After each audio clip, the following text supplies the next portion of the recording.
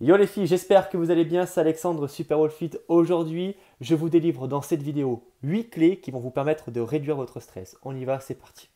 Alors le stress, qu'est-ce que c'est? Eh bien en fait, c'est une déformation de la perception de notre réalité. Autrement dit, on stresse pour des choses qui ne sont pas encore arrivées et qui ne se produiront peut-être jamais, ou bien on stresse pour des choses qui sont déjà arrivées. Alors c'est assez absurde du coup de stresser, mais on stresse tous.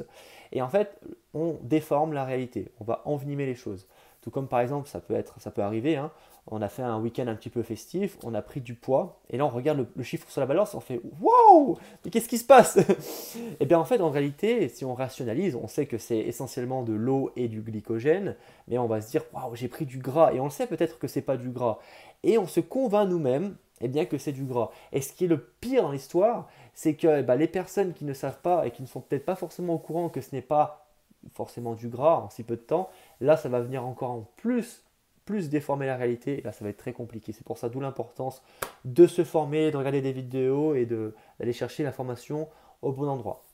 Alors la première clé les filles qui vont vous permettre de réduire le stress, le sport, faire du sport, c'est bien. Le fait de faire du sport permet d'apporter encore plus d'oxygène à son cerveau et permet aussi de libérer des hormones du plaisir qui nous permettent de nous sentir bien après une séance de sport.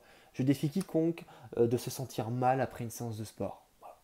Ensuite, la deuxième clé, c'est la respiration.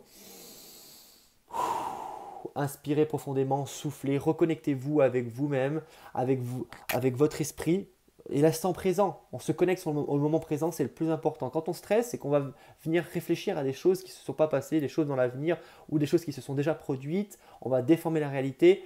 Là, c'est important de se reconnecter maintenant avec l'instant présent, comme quand vous êtes en train de m'écouter actuellement avec cette vidéo, les filles.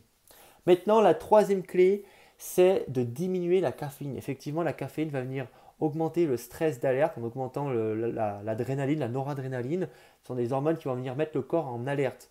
Donc c'est vrai que si déjà de base vous êtes un peu stressé, là vous n'allez rien arranger du tout. Donc diminuer la caféine, peut-être, ça peut vous aider. Ensuite, la quatrième clé, les filles, c'est dormir mieux. Dormir mieux, super important pour venir justement maîtriser l'attention, la mémoire, la concentration, de venir aussi réguler son appétit. Et puis de manière générale, vous aurez plus d'énergie en dormant mieux et vous vous sentirez beaucoup mieux. Ça, c'est une certitude. Et vous savez, cette expression un peu je broche du noir, etc. Si vous ne dormez pas, vous allez certainement penser à des choses incroyables et vous allez commencer à faire appel à vos fantasmes, des choses qui ne sont pas encore arrivées, qui vont peut-être se produire. Vous allez vous poser tout un tas de questions. Et c'est vrai que là, vu comme ça, il faudrait peut-être dormir mieux. Ensuite, la cinquième clé, ça va être d'exprimer sa gratitude. J'en parle très souvent aussi dans mes vidéos, c'est très important. De venir se dire merci pour toutes les bonnes actions que vous avez faites dans la journée, pour tous les succès, la réussite que vous avez fait. Ou peut-être vous n'avez pas réussi à faire cet objectif, c'est pas grave, vous avez fait de votre mieux. Mais voilà, toujours s'adresser à soi-même avec des jolis mots et en plus de ça, valoriser vos victoires, vos réussites. Et il y a des études qui montrent que exprimer la gratitude à quelqu'un apporte encore plus de bénéfices pour la personne qui exprime la gratitude. Par exemple, vous allez chez votre dentiste. D'ailleurs, c'est ce qui s'est passé moi il n'y a pas de ça, il y a pas si longtemps que ça, il y a un mois. J'ai remercié ma dentiste pour tout le travail qu'elle avait fait, parce que j'avais eu des petits problèmes au niveau des dents. Il s'était passé un petit truc. Et effectivement, j'avais vu les efforts et l'énergie qu'il t'avait fourni. Et en fait, moi, c'était normal. À la fin de la séance, je lui dis, écoutez, je voulais vous remercier, super gentil, vous êtes au top. Et en fait, voilà, la nana, dure journée, elle terminait à midi, en plus par mon cas, et elle s'est dit, waouh, super gentil. Et en fait, voilà, ça coûte rien, c'est gratuit, ça donne du bonheur, et la personne, ça valorise ses compétences, et c'est top. Donc, non seulement il y a des bénéfices pour la personne à exprimer la gratitude, et en plus de ça, la personne qui l'exprime, il y a des études qui montrent que c'est rendu au centuple. C'est top, non? La sixième clé, c'est bannir les et si. Alors, et si je faisais ci, et si je faisais ça, oh là là là là. En fait, tu parles dans tous les sens et tu vas faire appel justement à des choses qui ne se sont pas encore produites. Ce que j'ai dit en introduction, c'est que tu vas faire appel à tes fantasmes. Et c'est vrai que tu peux t'inventer tout ce que tu veux. Et si j'avais fait ci à tel moment, alors j'ai eu ça. Alors que si j'avais fait ci, alors là, c'est le meilleur moyen pour stresser et péter les plombs. On bannit les SI et on se reconnecte avec le moment présent.